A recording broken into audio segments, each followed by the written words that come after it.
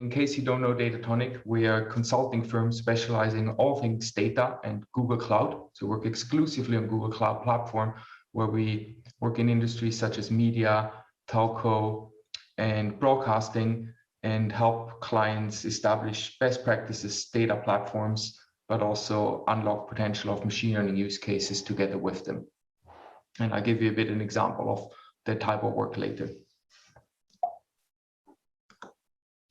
So I want to start with a question, and that is why moving machine learning models into production is so hard. Because the perception is that it's just about building, training a model and having that model instance in inference. But the reality of AI workloads is much more diverse.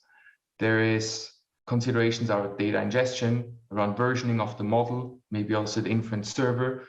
There's points to take care of around retraining and around updating your models. You might want to monitor your data. You might want to monitor the model performance. And of course, security or extensibility towards A/B testing is also important.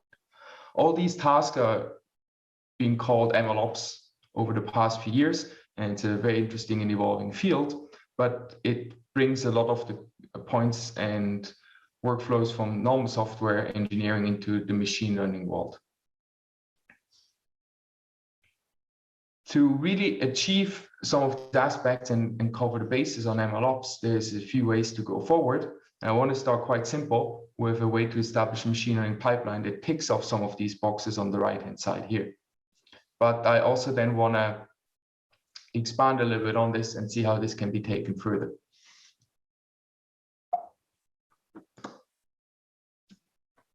So let's start with a simple view. It's a simple view on MLOps. We can call this more tactical. And it's probably something you're quite familiar with if you're a data scientist.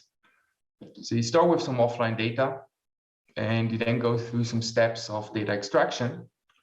And then there could be a few elements of manual experimentation and model build. So there's data preparation, there's model training, and you might evaluate this. What you get is a trained model instance. And in an easy way to achieve some operationability and serve this model to users or customers or your own business, you export this to a model registry. And this is then where the operation side can plug in and take this model registry and build an inference server to serve predictions. Could just be a little Flask instance, for example. So this is a very manual process through the model development, but also the operations are quite limited, and we'll just pick up a model once it's ready. How you want to expand on this is to achieve a much more transformational view and really take these points I made on the previous slide into account.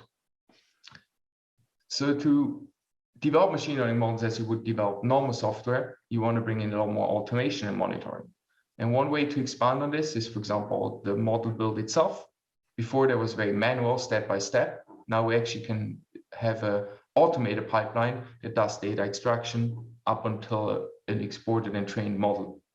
But you also want to bring in some elements of data validation, for example, or model validation. And when you're ready and happy with the model, you can bless this and still export this to a model registry. Now here, it won't just get built into an inference server, but it will actually get tied into a whole CI/CD pipeline that you see on the right-hand side. So you can deal with packages, different model versions, or different versions of inference serving capabilities as well. And at the end, you'll get your prediction service reaching your customers and your business. On top of that prediction service, you would like to pay close attention to the monitoring. This is monitoring of the service performance overall, of the availability and uptime, but also of the model accuracy. You can use this to really guide updates to the model as it is and as the machine learning and AI solution performs. So if you notice some degradation, you can maybe trigger an update of the model build, or you trigger updates to the feature store. If that's not sufficient, you might want to consider going all the way back up here to where the data is and where you do data analysis.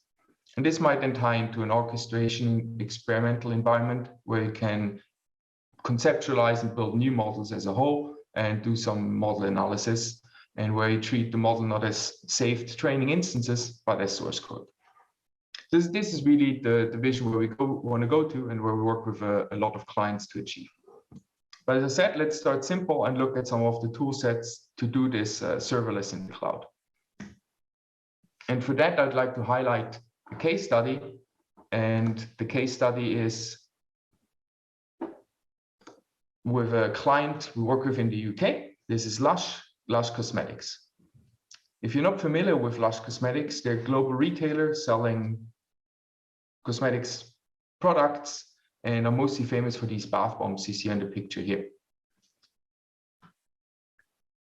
Their products, they're all handmade, and Lush is on a journey to become much more environmentally friendly. And one big step towards achieving that is reducing plastics packaging in their stores. So removing plastics and packaging in their stores is obviously great on first thought, but it comes with some complexity and challenges as well.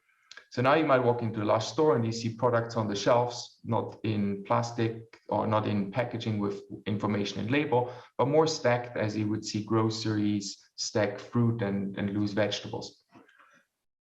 Issue with this is that you don't have label information on each of the products themselves anymore. And that's particularly a concern for cosmetics, where people are curious about the ingredients and that they might have concerns about allergens, for example, because they put these products on their skin.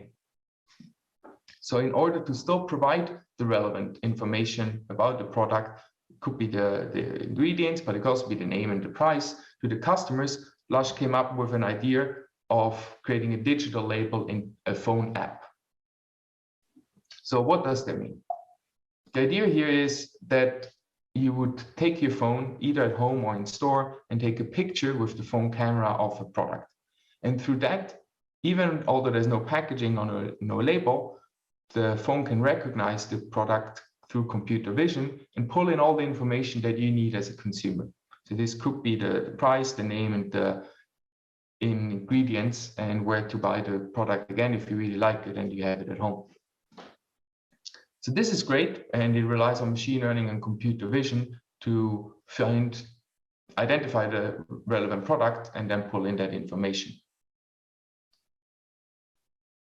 When we started working with Lush, they already had a prototype of this running, and the prototype was available on iOS only because they built this on iOS Core ML, and the performance unfortunately was just hit and miss.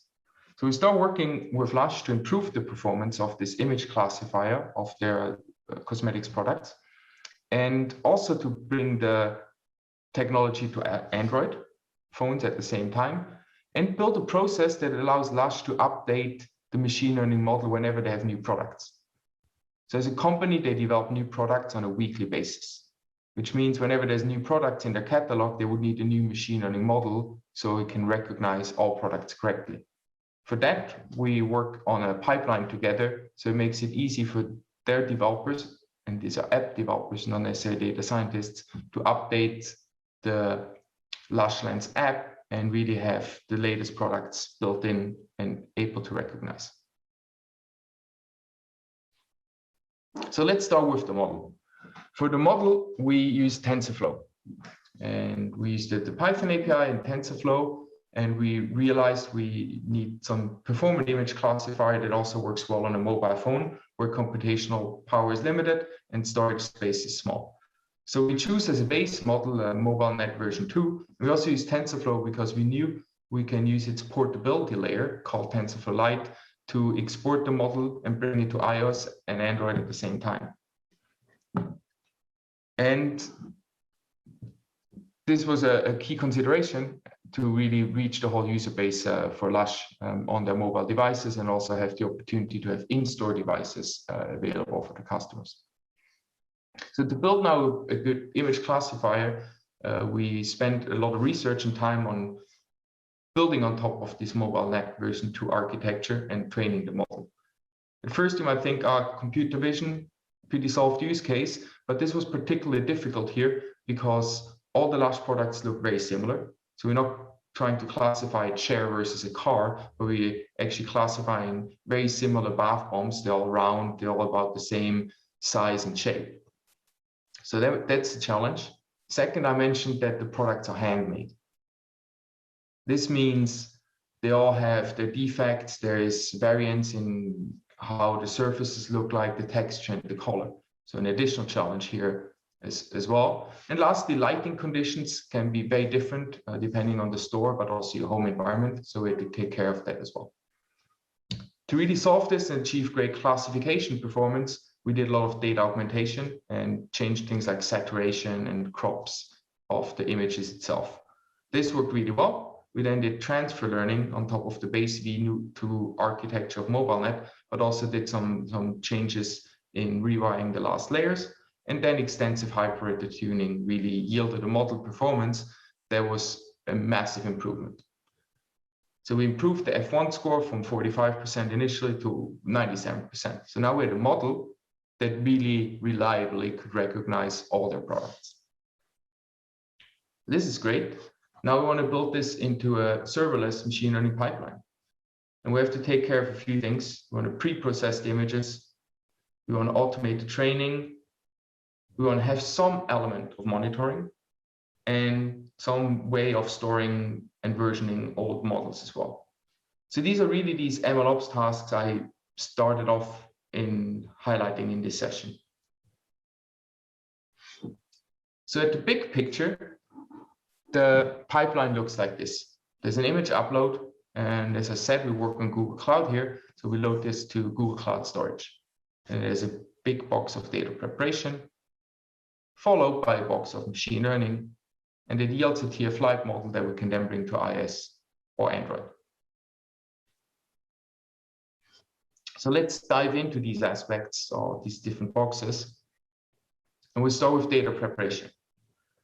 So whenever Lush has a new product, they will add a new folder to Google Cloud Storage for the new product with around 30 to 50 new images describing this product as training material. And we then kick off a process in Apache Beam run on Google Cloud's data flow to convert these images from JPEG to TF records. More on that in a minute. We can then store training and evaluation data in Google Cloud Storage and start a process of data augmentation that will write in Tensorflow and that we execute on Google Cloud's AI platform as a serverless process. So this data augmentation does things like flipping, saturation changes, crops, etc. Well, let's have a further look in conversion of the JPEG images to TF records. This is done because TF records is TensorFlow's preferred way of storing training, also actually evaluation data, and it allows a lot more throughput than just loading small files, small sized JPEG images. This pipeline was written in Apache Beam, which has a Python API and actually is a really versatile data processing framework. And you can run and execute the job serverless in Dataflow when written as a Beam pipeline. And this works on different types of runners, such as Spark's execution engine as well. And it really allowed us here to go through 50,000 JPEGs in around 10 minutes. The Python API also in Beam allows for streaming and batch pipelines. So you can actually have a unified API and write a pipeline that works in both scenarios. But here we obviously only limited ourselves to batch. So how does a Beam pipeline look like? I just want to give you a piece of code here that describes the concepts a little bit. This is not working code, by the way. I just want to highlight a few aspects. So crucially, you might have a processing function that does some work. And here the work is converting a JPEG into a TF record. So we write this convert function here, use TensorFlow to create an example, and then later on write this as a TF record and serialize it in that way. But the pipeline itself is an interesting object, and that's defined down here. It takes in some options, and the options are useful here to describe to the Dataflow service what we're actually trying to do and give some names, etc. But let's have a look at the pipeline itself. We can use the Beam IO to read. We then use a flat map to apply this conversion on each of the files in parallel. So this scales really well and runs on distributed architectures as well if needed. And then lastly, we can write again in parallel to shards and TF records. So that's just a few steps, and you see the Python SDK here uses this pipe operator and symbol to define a beam pipeline that can then be executed. So this is great. We now got the training images ready. So let's do some actual model training on our defined model that we established before. Again, we use AI platform that executes Tensorflow job serverless to do training and evaluation.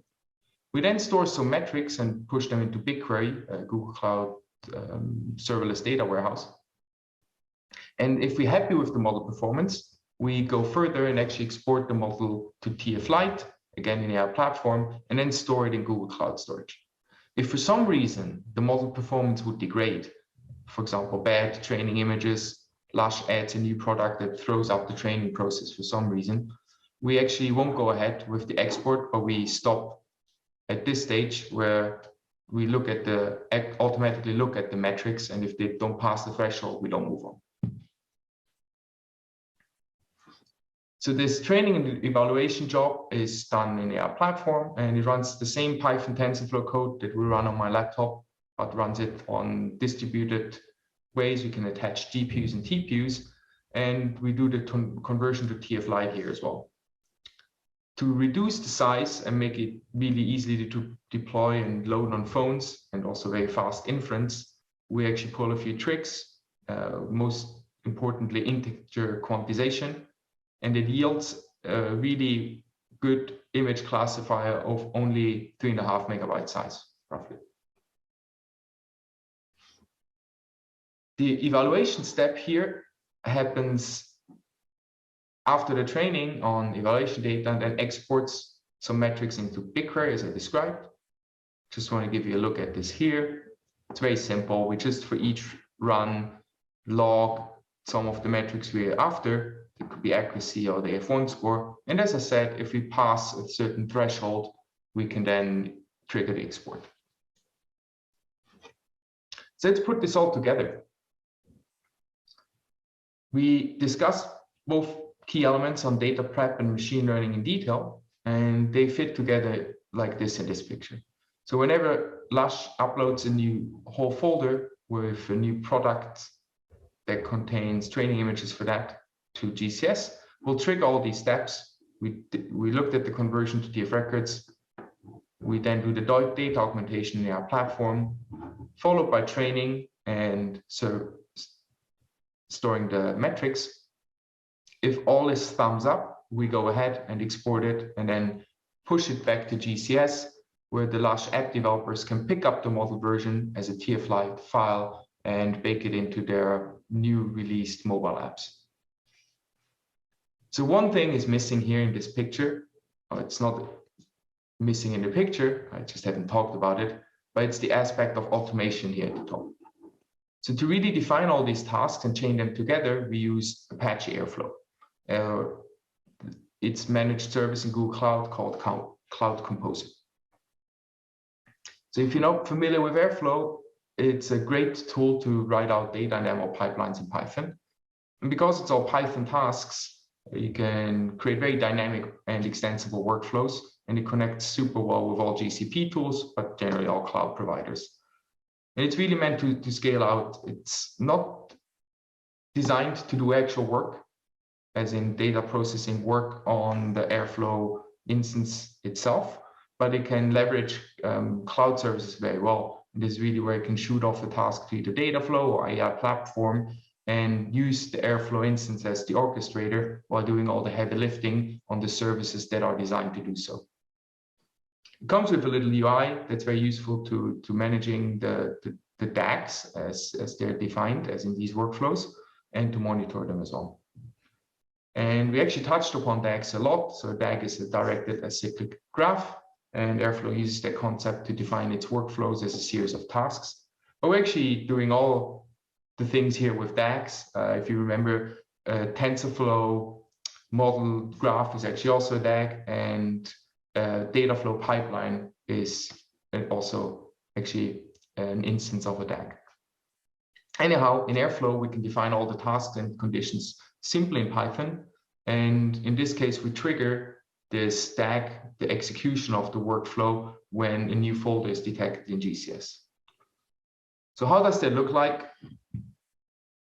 I'll give you a very brief example as well. Far from complete, far from working, but we can just use Airflow to build this stack instance here as an object, give it a nice name, and then package the tasks in there. So we want to check for new files, and we can train a model. And we can do this with ML Engine or AI platform and just submit the training job here. And the job has certain parameters. We can pass in, for example, things like the batch size, or we want to do the export to TF-Lite. And then we can also, in this simplified view here, write the metrics to BQ as another Python operator. And you see this is defining the whole DAG here, a few tasks. And we're actually not saying what each task is in detail, but we can just reference a Python callable, or we can reference a file or a SQL file. And this allows us also for neat separation of developing this, where all this code can be built out separately, and then we use Airflow to chain it all together. Lastly, when we have this DAG object, we can define the running order and also the whole conditions on the workflow, if there should be branching or yes or no go decisions, etc. And that's done here at the bottom. So here we keep things very simple. We check for files, we convert the TF records, we write out. So it's just a simple example to give you a flavor of how an Airflow DAG can look like. So what we achieved is we built a serverless pipeline on GCP, completely in Python. We have now a well-performing classifier that's available for Android and iOS with a huge improvement of performance. And if you want to give this a go, and if you like Lush products, you can actually download the Lush Labs app and try this yourself in store. So really ticked off some considerations of ML ops, such as orchestration, scalability, and a little bit of model governance. But of course, we're still quite far off this transformational view that I mentioned before. So we started with this simple tactical view. So there's two tools. Hi, Oliver. Yes. Sorry to interact, but we are a little bit overboard now because of the timing. So, yep. I sent you a message over the chat session. Yeah. All right. So let me just wrap this up. Yeah. And yeah. Then we can close this out. So with this transformational view, there's two tools that I highly recommend you to look into to achieve this. It's one Kubeflow, and that's two Tensorflow extended. And with this, I actually at the end as well. So I hope I could give you a flavor on how you can use Python to build these custom MLOps and ML pipelines and leverage some of the established cloud tools that really make this easy and completely serverless. But if you want to go beyond this, there's some other tools that I would encourage you to look into, such as Kubeflow and TensorFlow Extended. So thank you very much, and apologies for the late start into this session.